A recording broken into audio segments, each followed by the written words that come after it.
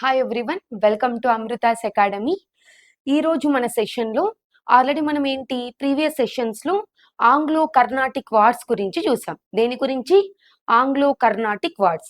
ఇప్పుడు బెంగాల్లో జరిగిన వార్స్ ఏంటి? అసలు బెంగాల్లో ఈ వార్ జరిగిన తర్వాత బ్రిటిషర్స్ మన ఇండియాని ఒక్కొక్క దఫల వారీగా ఎలా ఆక్యుపై చేసుకున్నారో ఈ సెషన్లో మనం చూద్దాం. దీన్ని కాన్క్వెస్ట్ ఆఫ్ బెంగాల్ అంటాం. ఏమంటాం? కాన్క్వెస్ట్ ఆఫ్ బెంగాల్ ఆక్రమణ, కాన్క్వెస్ట్ ఆఫ్ బెంగాల్.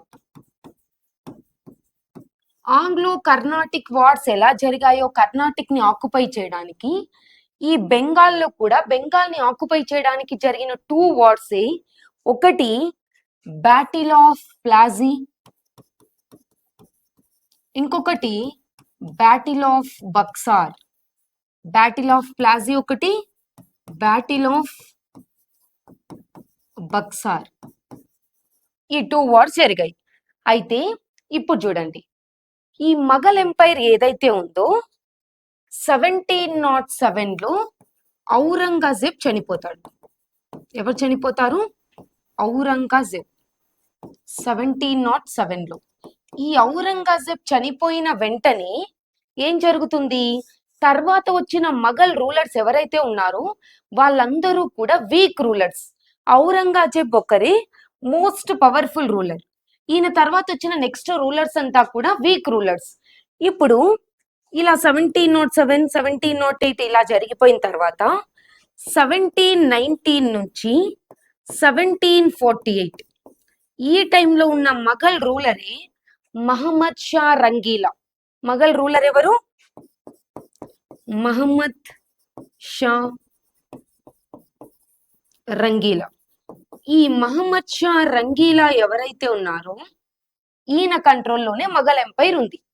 ఇప్పుడు ఈ మహమ్మద్ షా రంగీలా టైంలోనే చూడండి ఏం జరుగుతుంది. మొఘల్ అడ్మినిస్ట్రేషన్ ఏదైతే ఉందో అది టోటల్ గా 4 సుబేదార్స్ ఆర్ డైనాసిటీస్ గా డివైడ్ అవుతుంది. మొఘల్ ఎంపైర్ 4 పార్ట్స్ గా ఎవరి టైంలో డివైడ్ అయిందంటే మహమ్మద్ షా రంగీలా టైంలో డివైడ్ అయింది. ఆ 4 ఏంటి? అవధ్, హైదరాబాద్,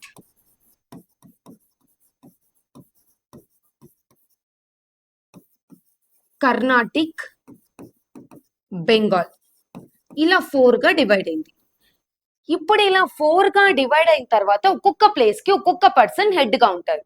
ఇప్పుడు అవధ్ ఏదైతే ఉందో ఈ అవధ్ కి, తర్వాత హైదరాబాద్ కి, తర్వాత కర్ణాటిక్ కి, తర్వాత బెంగాల్ కి. అవధ్ లో సాదత్ అలీ. అవధ్ లో ఎవరు ఫామ్ చేశారు? సాదత్ అలీ. తర్వాత హైదరాబాద్ ఏదైతే ఉందో ఇక్కడ నిజాముల్ ముల్క్. తర్వాత కర్ణాటిక్ ఏదైతే ఉందో ఇక్కడ సాదతుల్లా ఖాన్. సాదతుల్లా ఖాన్. ఇప్పుడు మనం దేని గురించి చూస్తున్నాం? బెంగాల్ గురించి చూస్తున్నాం. ఇలా బెంగాల్లో ముర్షిద్ కులీ ఖాన్. ఎవరు? ముర్షిద్ కులీ ఖాన్. ఇప్పుడు చూడండి, ఈ ముర్షిద్ కులీ ఖాన్ ఎవరైతే ఉన్నారో ఈయన ఈ ఔరంగజేబ్ దగ్గర సుబేదార్ గా వర్క్ చేసేవారు. Murshid Quli Khan worked as a subedar under Aurangzeb. Aurangzeb చనిపోయిన తర్వాత కొన్ని ఇయర్స్ కి మహమ్మద్ షా రంగీలా యొక్క రూలింగ్ పీరియడ్ వస్తుంది మొఘల్ కి. ఈ మహమ్మద్ షా రంగీలా టైంలో ఒక్కొక్కరు ఒక్కొక్క ప్లేస్ కి హెడ్ గా ఇలా డిఫరెంట్ డైనాసిటీస్ ని ఫామ్ చేసుకుంటారు. అవి ఏంటి? అవధ్, హైదరాబాద్, కర్ణాటిక్, బెంగాల్. మన ఇండియాలో జాగ్రఫికల్ ఏరియాలో లార్జెస్ట్ ప్లేస్ ఏది అంటే ఒకప్పుడు ఈ బెంగాల్, బీహార్, ఒడిస్సా, బంగ్లాదేశ్ ఇవన్నీ కలిపే బెంగాల్ అని చెప్పి పిలిచేవాళ్ళు. ఇప్పుడు వీటినన్నిటిని బ్రిటిష్ వాళ్ళు ఎలా ఆక్యుపై చేసుకున్నారు? ఇప్పుడు ఫౌండర్ ఆఫ్ బెంగాల్ అంటే ఎవరు చెప్తాం?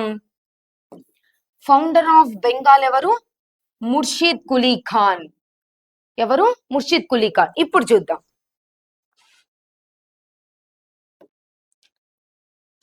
బెంగాల్ ఫౌండర్ ఆఫ్ బెంగాల్ అని చెప్పి ఎవరిని అంటామంటే ముర్షిద్ కులీ ఖాన్ అంటాం.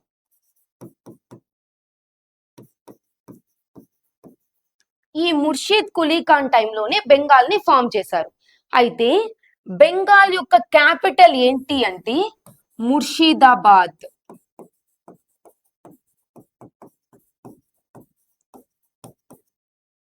బెంగాల్ యొక్క క్యాపిటల్ ఏంటి ముర్షిదాబాద్. ఇప్పుడు ఇలా ఒకరి తర్వాత ఒక రూల్ చేస్తూ ఉన్నారు. ఈ ముర్షిద్ కులీ ఖాన్ తర్వాత షుజావుద్దీన్. ఎవరు వస్తారు? షుజావుద్దీన్. ఈ షుజావుద్దీన్ తర్వాత సర్ఫరాజ్ ఖాన్. వీళ్ళు ఒకరి తర్వాత ఒక రూల్ చేస్తున్నారు, ఎలాంటి ప్రాబ్లమ్స్ లేవు. చూడండి, ముర్షిద్ కులీ ఖాన్ తర్వాత షుజావుద్దీన్ తర్వాత సర్ఫరాజ్ ఖాన్. ఈ సర్ఫరాజ్ ఖాన్ తర్వాత నెక్స్ట్ వచ్చిన రూలరే అలీవర్దీ ఖాన్. ఎవరు వచ్చారు? అలీవర్దీ ఖాన్. ఇప్పుడు ఈ అలీవర్దీ ఖాన్ తర్వాత నెక్స్ట్ ఎవరు రావాలి? తన యొక్క సన్స్ రావాలి. ఇప్పుడు ఈ అలీవర్దీ ఖాన్ ఎవరైతే ఉన్నారో ఈయనకి సన్స్ లేరు. ఎవరికి లేరు? అలీవర్దీ ఖాన్ కి సన్స్ లేరు. టోటల్ గా ఈ అలీవర్దీ ఖాన్ కి 3 డాటర్స్ ఉంటారు. అలీవర్దీ ఖాన్ కి ఎంతమంది డాటర్స్? 3 డాటర్స్. గసేతి బేగం,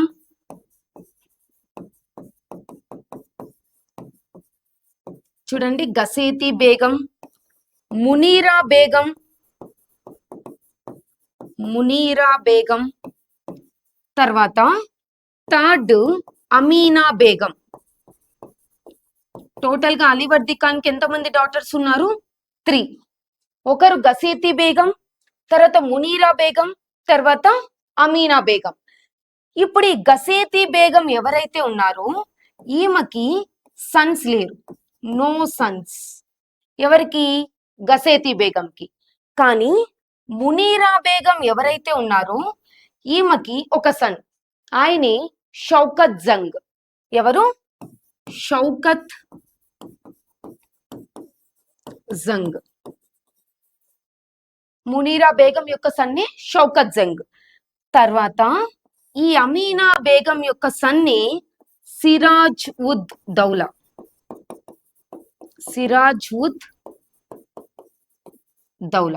ఎవరి యొక్క సన్ను? అమీనా బేగం యొక్క సన్నే సిరాజ్ ఉద్ దౌలా. ఇప్పుడు ఈ అలీవర్దీ ఖాన్ తర్వాత నెక్స్ట్ అలీవర్దీ ఖాన్ యొక్క గ్రాండ్ సన్ అయిన సిరాజ్ ఉద్ దౌలా బెంగాల్ యొక్క నవాబ్ అవుతారు. ఎవరవుతారు? సిరాజ్ ఉద్ దౌలా. ఈయన బెంగాల్ యొక్క నవాబ్ అవుతారు at the age of 23 years. ఎన్ని ఇయర్స్ కి అవుతాడు? 23 years కి బెంగాల్ యొక్క నవాబ్ ఎవరు అవుతారు అంటే చూడండి, ఆయనే సిరాజ్ ఉద్ దౌలా. ఇప్పుడు బెంగాల్ ఎవరి కంట్రోల్లో ఉంది? సిరాజ్ ఉద్ దౌలా కంట్రోల్లో ఉంది.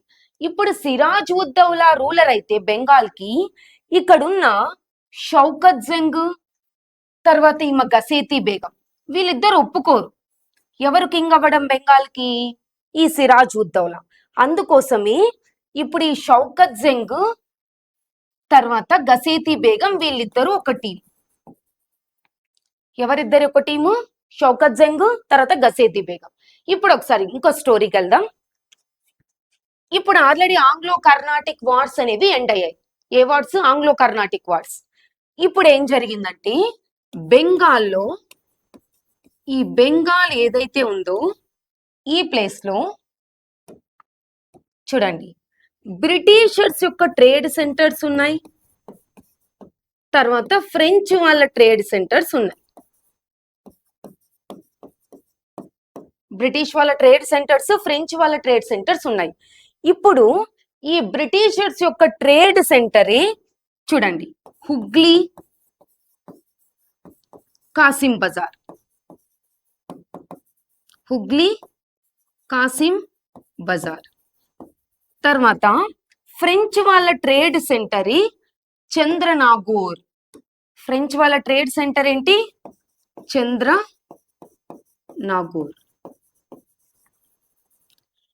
ఇప్పుడు బెంగాల్లో ఉన్న బ్రిటిషర్స్, ఫ్రెంచ్ వాళ్ళు ఇద్దరూ కూడా వాళ్ళ యొక్క ట్రేడ్ సెంటర్స్ కి చుట్టూ ఏం చేస్తున్నారు? ప్రొటెక్షన్ వాల్స్ ని కన్స్ట్రక్ట్ చేస్తున్నారు. ఏం చేస్తున్నారు? ఇప్పుడు బ్రిటిషర్స్ ఏమో హుగ్లీ, కాసిం బజార్ ఈ 2 ప్లేసెస్ కి ప్రొటెక్షన్ వాల్స్ ని, తర్వాత ఫ్రెంచ్ వాళ్ళేమో వాళ్ళ ట్రేడ్ సెంటర్ అయిన ఈ చంద్రనాగూర్ కి ప్రొటెక్షన్ వాల్ ని కన్స్ట్రక్ట్ చేస్తున్నారు. ఇది చూసిన సిరాజ్ ఉద్ దౌలా ఏం చేస్తాడంటే, ఎవరి యొక్క పర్మిషన్ తో మీరు చుట్టూ ప్రొటెక్షన్ వాల్స్ ని, ఫోర్ట్స్ ని కన్స్ట్రక్ట్ చేస్తున్నారు, దీన్ని వెంటనే స్టాప్ చేయాలి అని చెప్పి సిరాజ్ ఉద్ దౌలా డిక్లేర్ చేస్తాడు. ఏం చేస్తాడు? కన్స్ట్రక్ట్ చేస్తున్న ఫోర్ట్స్ ఏవైతే ఉన్నాయో వాటిని వెంటనే స్టాప్ చేయాలి అని చెప్పి సిరాజ్ ఉద్ దౌలా వీళ్ళిద్దరికి డిక్లేర్ చేస్తాడు. ఇలా చేసిన తర్వాత ఫ్రెంచ్ వాళ్ళు ఎవరైతే ఉన్నారో వీళ్ళు చంద్రనాగూర్ చుట్టూ కన్స్ట్రక్ట్ చేస్తున్న ఫోర్ట్ ని స్టాప్ చేస్తారు. కానీ బ్రిటిషర్స్ ఎవరైతే ఉన్నారో వీళ్ళు హుగ్లీలో, కాసిం బజార్లో కన్స్ట్రక్ట్ చేస్తున్న ఫోర్ట్స్ ని అలానే కంటిన్యూ చేస్తారు వీళ్ళిద్దరు కూడా. సో దీనికి యాక్సెప్ట్ చేయరు. సిరాజ్ ఉద్ దౌలా ఇచ్చిన స్టేట్మెంట్ ఏదైతే ఉందో దాన్ని బ్రిటిషర్స్ యాక్సెప్ట్ చేయకుండా వారు అనుకున్న పని ఏదైతే ఉందో దాన్ని అలానే కంటిన్యూ చేస్తారు. అప్పుడు సిరాజ్ ఉద్ దౌలా ఎవరు? సిరాజ్ ఉద్ దౌలా ఎవరైతే ఉన్నారో ఈయన ఏం చేస్తాడంటే 1756 June 4th 1756 June 4th Kasim Bazar పైన అటాక్ చేస్తాడు. దేనిపైన? కాసిం బజార్. ఈ కాసిం బజార్లో ఎవరున్నారు? బ్రిటిషర్స్ యొక్క ట్రేడ్ సెంటర్స్ ఉన్నాయి. సో కాసిం బజార్ పైన అటాక్ చేస్తాడు. దాని తర్వాత 1756 జూన్ 16 కల్కత్తా పైన అటాక్ చేస్తాడు. అలా అటాక్ చేసి దాన్ని ఆక్యుపై చేసుకుంటాడు. దేనిపైన అటాక్ చేస్తాడు? కల్కత్తా. ఎవరు? సిరాజ్ ఉద్ దౌలా బ్రిటిషర్స్ యొక్క ట్రేడ్ సెంటర్స్ ఎక్కడైతే ఉన్నాయో వాటిపైన ఆక్యుపై చేసి వాటిని డిస్ట్రాయ్ చేయడానికి ట్రై చేస్తాడు. ఇప్పుడు ఈ కల్కత్తాని ఆక్యుపై చేసి కల్కత్తాకి పెట్టిన పేరే అలీనగర్. ఏమని పేరు పెడతాడు? అలీనగర్ అని చెప్పి పేరు పెడతాడు. ఎవరు? సిరాజ్ ఉద్ దౌలా. అలాగే ఇప్పుడు కల్కత్తా ఎవరి కంట్రోల్లోకి వచ్చింది? సిరాజ్ ఉద్ దౌలా కంట్రోల్లోకి వచ్చింది. ఈ అలీనగర్ కి ఇన్ఛార్జిగా మానిక్ చంద్ ఎవరిని అపాయింట్ చేస్తాడంటే మానిక్ చంద్ ని అపాయింట్ చేస్తాడు. దేనికి హెడ్ గా? కల్కత్తాకి హెడ్ గా ఒక ఇన్ఛార్జ్ గా మానిక్ చంద్ ని అపాయింట్ చేస్తాడు. ఇప్పుడు అలా అని సైలెంట్ అవ్వకుండా ఇంకా బ్రిటిషర్స్ యొక్క ట్రేడ్ సెంటర్స్ ఉంటాయి. 1756 జూన్ 20 ఎప్పుడు? 1756 జూన్ 20న ఏం జరుగుతుంది? దీన్ని బ్లాక్ హోల్ ట్రాజెడీ అంటాం. నెక్స్ట్ పేజ్ తీసుకుందాం. చూడండి, 1756 జూన్ 20 బ్లాక్ హోల్ ట్రాజెడీ. దీన్ని తెలుగులో చీకటి గది ఉదాంతం అంటాం. తెలుగులో ఏమంటాం? చీకటి గది ఉదాంతం అని చెప్పి పిలుస్తాం.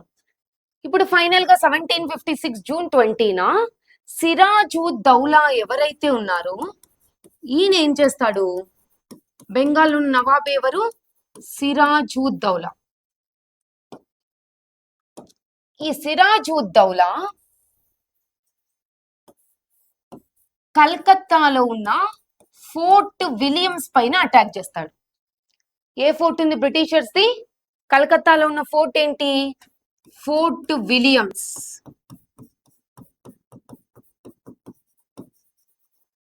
ఈ ఫోర్ట్ విలియమ్స్ పైన ఎవరు అటాక్ చేస్తారు? సిరాజ్ ఉద్ దౌలా అటాక్ చేస్తాడు. ఇలా అటాక్ చేసినప్పుడు కొంతమంది బ్రిటిషర్స్ ఎవరైతే ఉన్నారో వాళ్ళు కొంతమంది ఫాల్టా ఐలాండ్కి వెళ్ళిపోతారు. ఏ ఐలాండ్కి వెళ్తారు? తప్పించుకొని సిరాజ్ ఉద్ దౌలా యొక్క అటాక్ నుంచి తప్పించుకొని ఫాల్టా ఐలాండ్కి వెళ్ళిపోతారు. ఇలా ఫాల్టా ఐలాండ్కి వారెన్ హేస్టింగ్స్ ఇంకా కొంతమంది ఆఫీసర్స్ వీళ్ళంతా వెళ్ళిపోతారు. ఇప్పుడు ఎవరైతే సిరాజుద్దౌలాకి వాళ్ళ యొక్క ఆర్మీకి పట్టుబడతారో వాళ్ళందరినీ ఫోర్ట్ విలియమ్స్ లో ఉన్న ఒక రూమ్ లో బంధిస్తారు. దేంతో బంధిస్తారు? ఫోర్ట్ విలియమ్స్ లో ఉన్న ఒక రూమ్ లో బంధిస్తారు. దాని యొక్క మెజర్మెంట్స్ చూడండి, 18x10x14 ఈ రూమ్ లో బంధిస్తారు. దాంతో 10 to 15 మెంబర్స్ పట్టడమే కష్టం. అలాంటిది ఆ రూమ్ లో 146 మెంబర్స్ ని పెడతారు. 146 బ్రిటిషర్స్. ఎవరు పెట్టేది? ఈ సిరాజుద్దౌలా ఏం చేస్తాడు? ఫోర్ట్ విలియమ్స్ లో 146 బ్రిటిషర్స్ ని బందీగా పెడతారు. ఇప్పుడు ఇలా పెట్టంగా ఈ విషయం ఎవరికి తెలుస్తుందంటే, చూడండి, ఈ విషయం ఎవరికి తెలుస్తుంది? రాబర్ట్ క్లైవ్ కి తెలుస్తుంది. ఇలా బందీగా పెట్టారు, కొంతమంది ఫాల్ట్ ఐలాండ్కి వెళ్ళిపోయారని చెప్పి ఎవరికి తెలుస్తుంది? రాబర్ట్ క్లైవ్ కి. ఇప్పుడు రాబర్ట్ క్లైవ్ ఏం చేస్తాడంటే మొదటగా ఈ ఫాల్ట్ ఐలాండ్ కి వెళ్తాడు. ఎక్కడికి వెళ్తాడు? Fault island. ఈ రాబర్ట్ క్లైవ్ తో పాటు వెళ్ళిన పర్సనే అడ్మిరల్ వాట్సన్. ఎవరు వెళ్తారు? Admiral Watson. వీళ్ళిద్దరూ కలిసి ఇక్కడికి వెళ్తారు, ఈ ఫాల్ట్ ఐలాండ్ కి. అక్కడ ఉన్న బ్రిటిషర్స్ ఎవరైతే ఉంటారో వాళ్ళందరి దగ్గర విషయాన్ని తెలుసుకుంటాడు, అసలు ఏం జరిగింది అని చెప్పి. అప్పుడు వీళ్ళందరూ కలిసి ఫోర్ట్ విలియమ్స్ దగ్గరికి వెళ్తారు. అలా ఫోర్ట్ విలియమ్స్ దగ్గరికి వెళ్ళేసరికి చూడండి, ఈ రూమ్ లో బందీగా ఉన్న 146 మెంబర్స్ లో 23 మెంబర్స్ మాత్రమే అలైవ్. మిగిలిన వాళ్ళందరూ చనిపోయారు. ఎంతమంది బ్రతుకున్నారు? 23 మెంబర్స్ మాత్రమే. ఆ సఫకేషన్ వల్ల, సరైన బ్రీతింగ్ లేకపోవడం వల్ల ఏమవుతారు? 23 మెంబర్స్ మాత్రమే బ్రతుకుంటారు, మిగిలిన వాళ్ళందరూ చనిపోతారు. ఇప్పుడు ఏం చేస్తారంటే చూడండి, ఈ డోర్ తీయంగానే ఒక ఆయన ఉంటాడు, ఆయనే హాల్వెల్. ఆయన ఎవరు? హాల్వెల్. ఆ చీకటి గదిలో ఉన్న ఒక పర్సన్ హాల్వెల్. 23 మెంబర్స్ లో ఈయన కూడా ఒకరు. ఈ హాల్వెల్ ఏం చేస్తాడంటే జరిగింది మొత్తం ఎవరికి చెప్తాడు? రాబర్ట్ క్లైవ్ కి, అడ్మిరల్ వాట్సన్ కి, వాళ్ళిద్దరికి ఎక్స్ప్లెయిన్ చేస్తాడు అసలు ఏం జరిగింది అని చెప్పి. ఈ హాల్వెల్ ఇచ్చిన ఒక statement, black hole of Calcutta. ఈ బ్లాక్ హోల్ ట్రాజడీని ఏమని పిలిచాడు? బ్లాక్ హోల్ ఆఫ్ కల్కత్తా అని చెప్పి ఎవరన్నారంటే ఆయనే హాల్వెల్. సో ఇప్పుడు ఏం జరుగుతుంది? ఈ బ్లాక్ హోల్ ట్రాజడీ గురించి మొత్తం జరుగుతుంది. అప్పుడు ఈ రాబర్ట్ క్లైవ్ ఏం చేస్తాడు? వెళ్ళి ఎవరితో మాట్లాడతాడు? సిరాజుద్దౌలాతో మాట్లాడతాడు. ఇలా వీళ్ళిద్దరికి చిన్న చిన్న గొడవలు జరుగుతూనే ఉంటాయి. ఫైనల్ గా దీన్ని అలీనగర్ అగ్రిమెంట్ ద్వారా ఏం చేస్తారు? అలీనగర్ అగ్రిమెంట్. అలీనగర్ అగ్రిమెంట్ ద్వారా ఇది ఎండ్ అయిపోతుంది. కానీ అప్పటికి కూడా రాబర్ట్ క్లైవ్ కి ఈ ఇన్సిడెంట్ ఏదైతే ఉందో ఇది మైండ్ లో నుంచి పోదు. ఎవరికి? రాబర్ట్ క్లైవ్ కి. ఎలా అయినా సిరాజుద్దౌలా మీద తన యొక్క పగని తీర్చుకోవాలి అని చెప్పి ఫిక్స్ అవుతాడు. ఇప్పుడు ఏం చేస్తాడంటే చూడండి, ఇదంతా జరిగిపోయింది తర్వాత ఇప్పుడు ఈ సిరాజుద్దౌలా అంటే ఎవరికి పడదు? ఆల్రెడీ మనం చెప్పుకున్నాం, షౌకత్ జంగ్ కి, తర్వాత గసేతి బేగం కి. వీళ్ళిద్దరికి కూడా ఎవరు నచ్చదు? సిరాజుద్దౌలా బెంగాల్ యొక్క నవాబ్ అవ్వడం అనేది నచ్చదు. ఇప్పుడు వీళ్ళంతా ఒక టీం.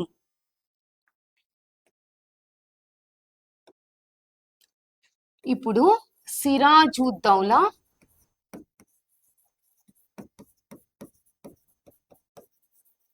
ఈ సిరాజుద్దౌలా యొక్క బ్రదరే, హాఫ్ బ్రదర్ అంటాం. ఆయన ఎవరు? షౌకత్ జంగ్. షౌకత్ జంగ్. వీళ్ళిద్దరికి పడదు కాబట్టి ఈ షౌకత్ జంగ్ కి సపోర్ట్ గా ఎవరున్నారు? గసేతి బేగం. ఈమెని మెహరునిసా అని కూడా అంటాం. గసేతి బేగం యొక్క ఇంకొక నేమ్ ఏంటి? మెహరునిసా.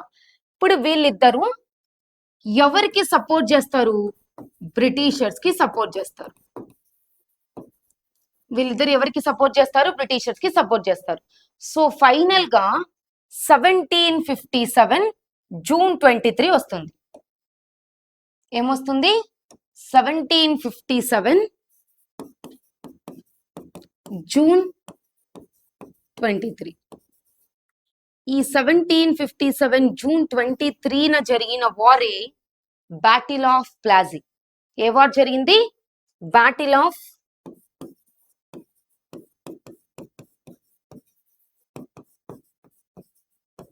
ప్లాజీ. ఎప్పుడు జరిగింది? 1757 జూన్ 23. ఇప్పుడు ఈ బ్యాటిల్ ఆఫ్ ప్లాజీ, ఈ ప్లాజీ అనేది ఎలా వచ్చిందంటే from the village called Palasi. ఏ విలేజ్ నుంచి వచ్చింది? పలాసీ. ఈ పలాసీ అనేది నాదియా డిస్ట్రిక్ట్ లో ఉంది. ఆ విలేజ్ ఎక్కడుంది? Nadia district. On the bank of river Bhagiratha.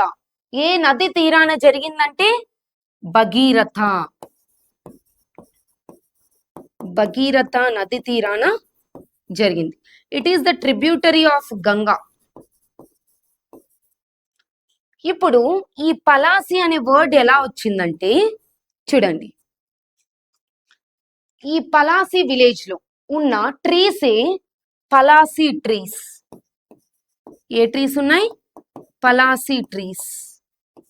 ఆ ట్రీస్ నుంచి వచ్చే ఫ్లవర్స్ రెడ్ కలర్ లో ఉంటాయి. ఎలా ఉంటాయి? Red colour. ఆ ఫ్లవర్స్ ని డ్రై చేసి వాటిని పౌడర్ లాగా చేసి హోలీ లాగా చేసుకుంటారంట. ఆ పౌడర్ ని గులాల్ అంటాం. ఏమంటాం? గులాల్ అనే పేరుతో పిలుస్తాం. ఇప్పుడు ఇది ఓకే కదా?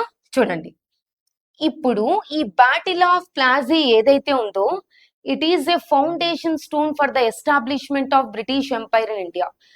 భారతదేశంలో బ్రిటిష్ సామ్రాజ్య స్థాపనకి పునాది వేసిన యుద్ధం ఏది అంటే బ్యాటిల్ ఆఫ్ ప్లాజీ. ఏ వార్ జరిగింది? Battle of Plassey. అయితే మన ఇండియాలో బ్రిటిషర్స్ ఉండడానికి ఫౌండేషన్ బ్యాటిల్ ఆఫ్ ప్లాజీ అయితే పర్మనెంట్ గా ఇండియాలో సెటిల్ అవ్వడానికి జరిగిన వారే బ్యాటిల్ ఆఫ్ బక్సార్. పర్మనెంట్ గా సెటిల్ అవ్వడానికి వారు బ్యాటిల్ ఆఫ్ బక్సార్. ఇప్పుడు ఈ వార్ గురించి చూద్దాం. ఇప్పుడు రాబర్ట్ క్లైవ్ ఒక సైడు, సిరాజ్ ఉద్ దౌలా ఒక సైడు. ఎవరెవరు? రాబర్ట్ క్లైవ్ ఒక సైడు, సిరాజ్ ఉద్ దౌలా ఒక సైడు. చూద్దాం. ఇప్పుడు రాబర్ట్ క్లైవ్, ఇంకొక పక్క సిరాజ్ ఉద్ దౌలా. చూడండి, రాబర్ట్ క్లైవ్, సిరాజ్ ఉద్ దౌలా, వీళ్ళిద్దరికి మధ్య జరిగిన వారే బ్యాటిల్ ఆఫ్ ప్లాజీ.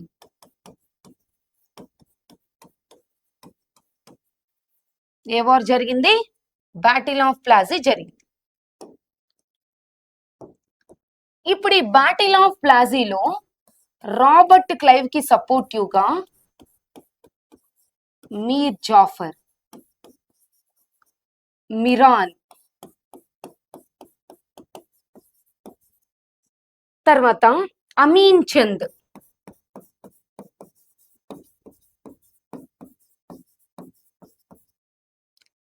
మానిక్ చంద్,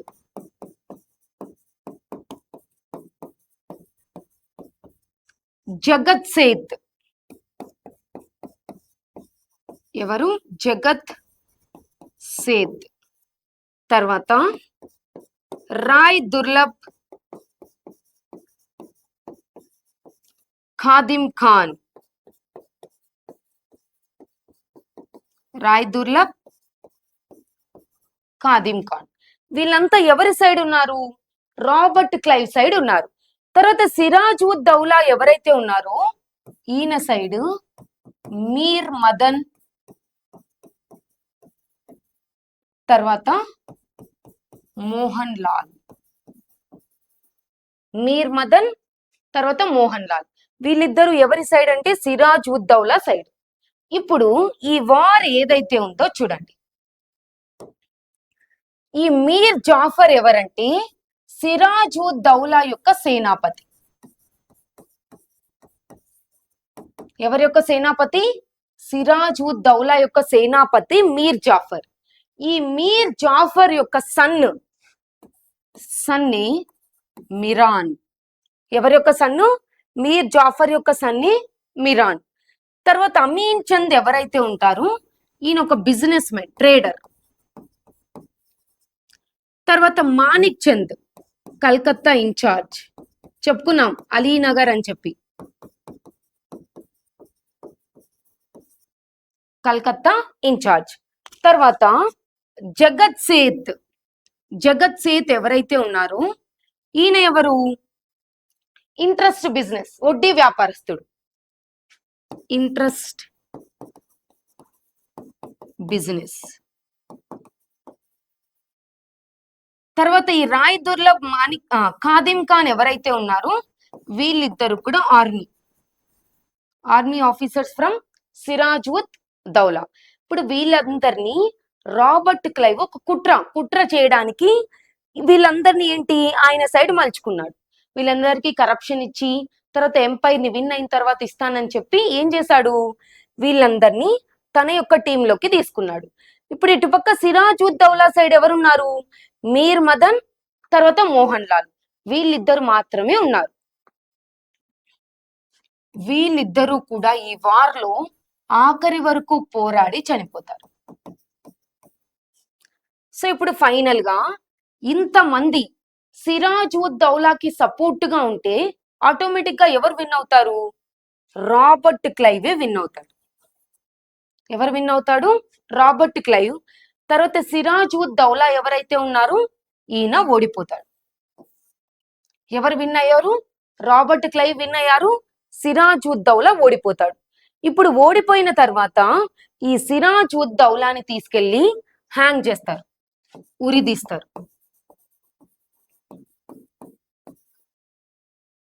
ఎవరు ఉరిదీసేది? ఈ రాబర్ట్ క్లైవ్, బ్రిటిషర్స్ ఎవరైతే ఉన్నారో వాళ్ళు సిరాజ్ ఉద్ దౌలాని ఉరిదీస్తారు. ఈ సిరాజ్ ఉద్ దౌలా యొక్క వైఫ్ ఉంటది, ఆమె లఫ్త్ ఉన్నీసా.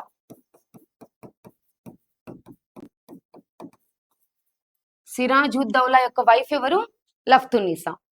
ఇప్పుడు ఫైనల్ గా ఈ బ్యాటిల్ ఆఫ్ ప్లాజీలో ఎవరు విన్ అయ్యారంటే రాబర్ట్ క్లైవ్ టీం విన్ అయింది, సిరాజ్ ఉద్ దౌలా ఓడిపోయారు, ఆయన ఉరిదీశారు. ఇప్పుడు బెంగాల్ యొక్క నవాబ్ గా ఎవరిని అపాయింట్ చేశారు అంటే చూడండి, ఈ మీర్ జాఫర్ ని అపాయింట్ చేస్తారు. ఎవరిని అపాయింట్ చేశారు? ఈ మీర్ జాఫరు నెక్స్ట్ ఏమవుతారు? బెంగాల్ నవాబ్.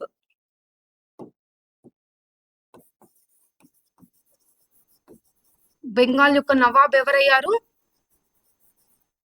మీర్ జాఫర్ అయ్యారు.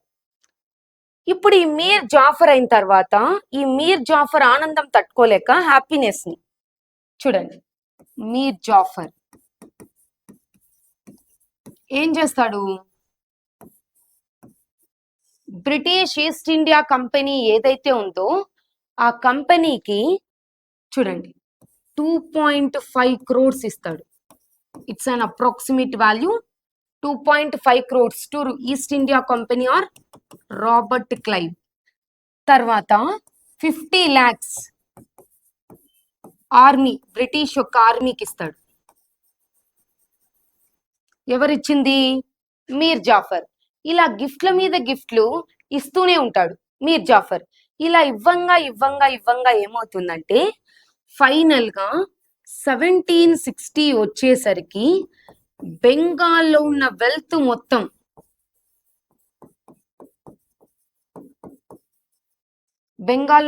ఏమవుతుంది? అయిపోతుంది. ఇలా డిక్లైన్ అయ్యే కొద్దీ మీర్ జాఫరు తను గిఫ్ట్స్ ఇవ్వడం ఆపేస్తాడు.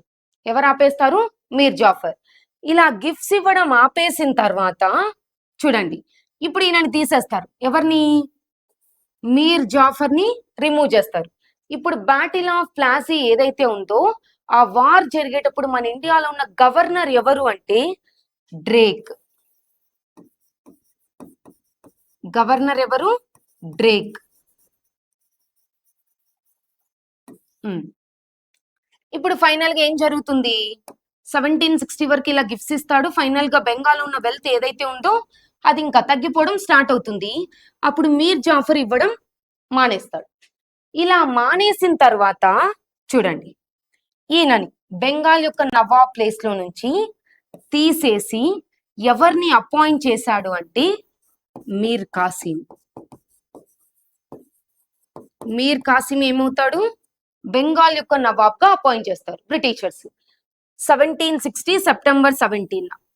ఇప్పుడు ఈ మీర్ కాసిం ఏం చేస్తాడు చూడండి, చిట్టా గ్యాంగ్,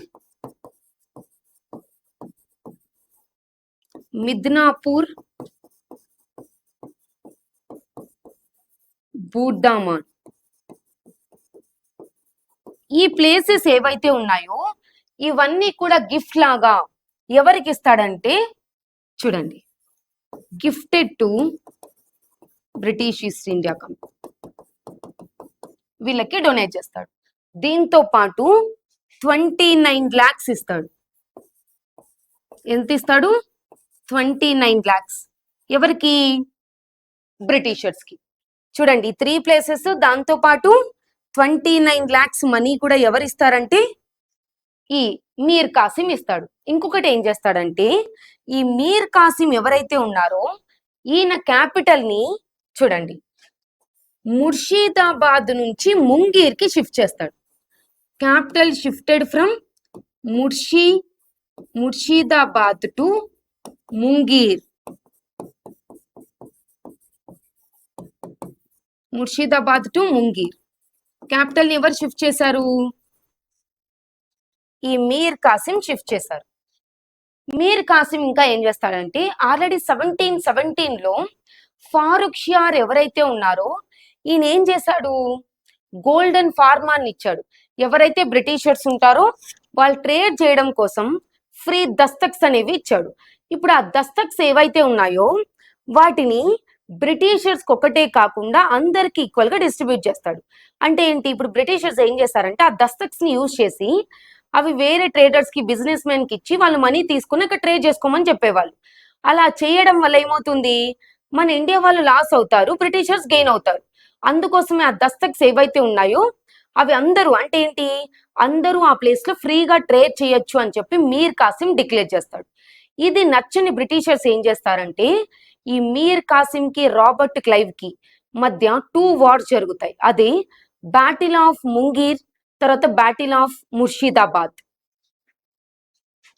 చూడండి 2 wars ఏంటి? బ్యాటిల్ ఆఫ్ ముంగీర్, తర్వాత బ్యాటిల్ ఆఫ్ ముర్షిదాబాద్. ఇలా మీర్ కాసిం ని అక్కడి నుంచి తరిమి కొడతారు. ఎవరు? బ్రిటిషర్స్. తరిమి కొడితే ఈ మీర్ కాసిం ప్లేస్ లోకి మళ్ళీ ఎవరిని తీసుకొని వస్తారంటే మీర్ జాఫర్ ని రీఅపాయింట్ చేస్తారు. 1760లో వెళ్ళిపోతాడు. ఎవరు? మీర్ కాసిం. మళ్ళీ ఆ ప్లేస్ లోకి ఎవరు వచ్చారు? మీర్ జాఫర్ వచ్చాడు. ఎవరు వచ్చారు? మీర్ జాఫర్. ఇప్పుడు ఈ మీర్ కాసిం ఎవరైతే ఉన్నారో ఈయన అవధ్కి వెళ్ళిపోతాడు. అవధ్. అక్కడ ఉన్న రూలరే షుజావుద్ దౌలా. ఎవరుంటారు? షుజావుద్ దౌలా. తర్వాత మొఘల్ రూలర్ ఆ టైంలో షా ఆలం II. ఎవరుంటారు? షా ఆలం II. ఇప్పుడు బ్యాటిల్ ఆఫ్ ప్లాజీ ఏదైతే ఉందో అది ఒకే ఒక్క రోజు యుద్ధం జరుగుతుంది. ఫ్రమ్ డాన్ టు డస్క్ అంటే ఏంటి? From sunrise to sunset వరకు జరిగిన వారే బ్యాటిల్ ఆఫ్ ప్లాజీ. ఇప్పుడు వీళ్ళంతా ఒక టీం అవుతారు. చూద్దాం. మీర్ కాసిం ఏమయ్యాడు? అవధ్కి వెళ్ళిపోయాడు. ఇప్పుడు మీర్ కాసిం, షుజావుద్ దౌలా, ఈ షుజావుద్ దౌలాతో పాటు మొఘల్ రూలర్ అయిన షా ఆలం II. ఇప్పుడు వీళ్ళందరూ కలిసి ఏమనుకుంటారు? బ్రిటిషర్స్ పైన అటాక్ చేయాలనుకుంటారు. వీళ్ళకి ఆపోజిట్ గా రాబర్ట్ క్లైవ్ సెండ్ చేసిన ఒక ఆర్మీ కమాండరే హెక్టార్ మన్రో. ఎవరిని పంపిస్తారు? హెక్టార్ మన్రోని పంపిస్తారు. ఇప్పుడు వీళ్ళిద్దరి మధ్య జరిగిన వారే 1764 battle of Buxar. A war జరిగింది? 1764 బ్యాటిల్ ఆఫ్ బక్సార్, అక్టోబర్ 22. ఎప్పుడు జరిగింది ఇది? అక్టోబర్ 22న జరిగింది. ఈ బక్సార్ ఏదైతే ఉందో it is a town or city in Bihar. Bihar లో ఉన్న ఒక సిటీని, టౌన్ ని ఏది? బక్సార్. ఇక్కడ జరిగిన వారే బ్యాటిల్ ఆఫ్ బక్సార్. ఇప్పుడు ఫైనల్ గా ఈ వార్ లో కూడా ఎవరు విన్ అవుతారు అంటే చూడండి, ఎవరు విన్ అవుతారు? మీర్ కాసిం, షుజావుద్దౌలా, షా ఆలం II వీళ్ళు ముగ్గురు ఉన్నప్పటికి కూడా వీళ్ళు ఓడిపోతారు. హెక్టార్ మన్రో ఎవరైతే ఉన్నారో ఈయన విన్ అవుతాడు. ఎవరు విన్ అవుతారు? Hector Munro. ఇప్పుడు ఫైనల్ గా అడ్మినిస్ట్రేషన్ అనేది ఎవరి కంట్రోల్లోకి వెళ్ళిపోయిందంటే బ్రిటిషర్స్ కంట్రోల్లోకి వెళ్ళిపోయింది. ఇండియాలో పర్మనెంట్ గా సెటిల్ అవ్వడానికి హెల్ప్ చేసిన వారే బ్యాటిల్ ఆఫ్ బక్సార్. ఏ వారు? Battle of Buxar. ఇప్పుడు ఈ వార్లో ఓడిపోయిన తర్వాత జరిగిన అగ్రిమెంటే చూడండి, ఈ వార్లో ఓడిపోయిన తర్వాత జరిగిన అగ్రిమెంటే అలహాబాద్ అగ్రిమెంట్. ఈ అగ్రిమెంట్ జరిగింది అలహాబాద్ అగ్రిమెంట్. ఈ అలహాబాద్ అగ్రిమెంట్ లోనే చూడండి, ఈ షా ఆలం II ఎవరైతే ఉన్నారో ఈయనకి 26 lakhs పెన్షన్ ఇస్తాము అని చెప్పి చెప్తారు. ఎంత? 26 lakhs. ఎవరికి? షా ఆలం IIకి. ఇప్పుడు బెంగాల్లో నిజాముద్దీన్ దౌలా, మీర్ జాఫర్ చనిపోతాడు. మీర్ జాఫర్ ఉన్నప్పటికీ కూడా ఆయన చనిపోయి నిజాముద్దీన్ దౌలా బికిమ్ నవాబ్ ఆఫ్ బెంగాల్. ఇప్పుడు ఈ బ్యాటిల్ ఆఫ్ బక్సార్ వార్ ఏదైతే ఉందో ఇది జరిగేటప్పుడు మన ఇండియాలో ఉన్న గవర్నర్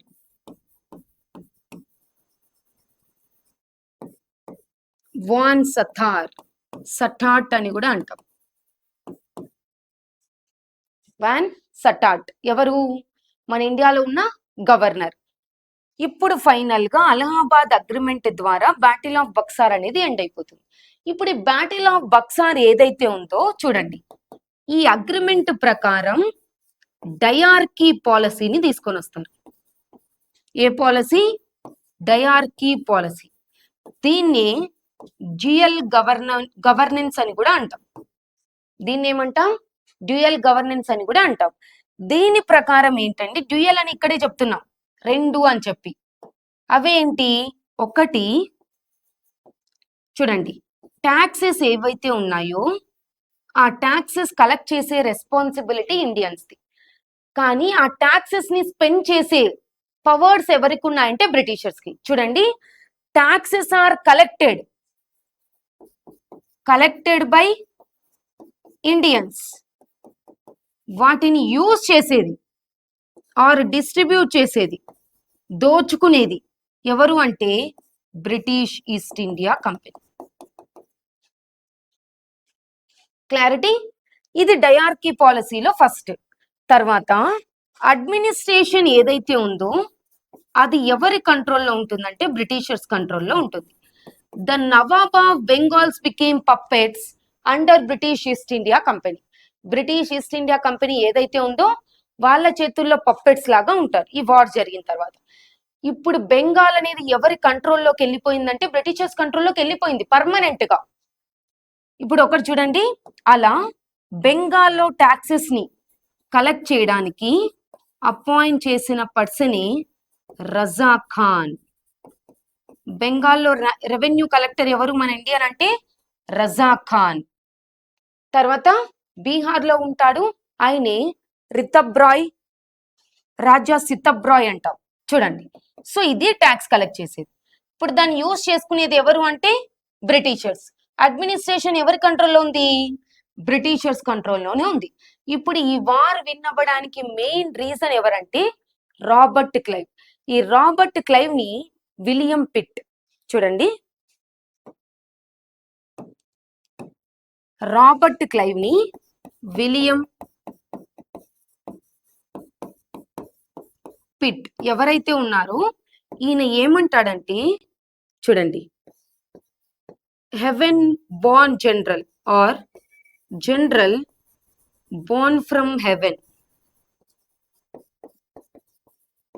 అనే స్టేట్మెంట్ ని విలియం పిట్ ఎవరి గురించి చెప్పాడంటే రాబర్ట్ క్లైవ్ గురించి.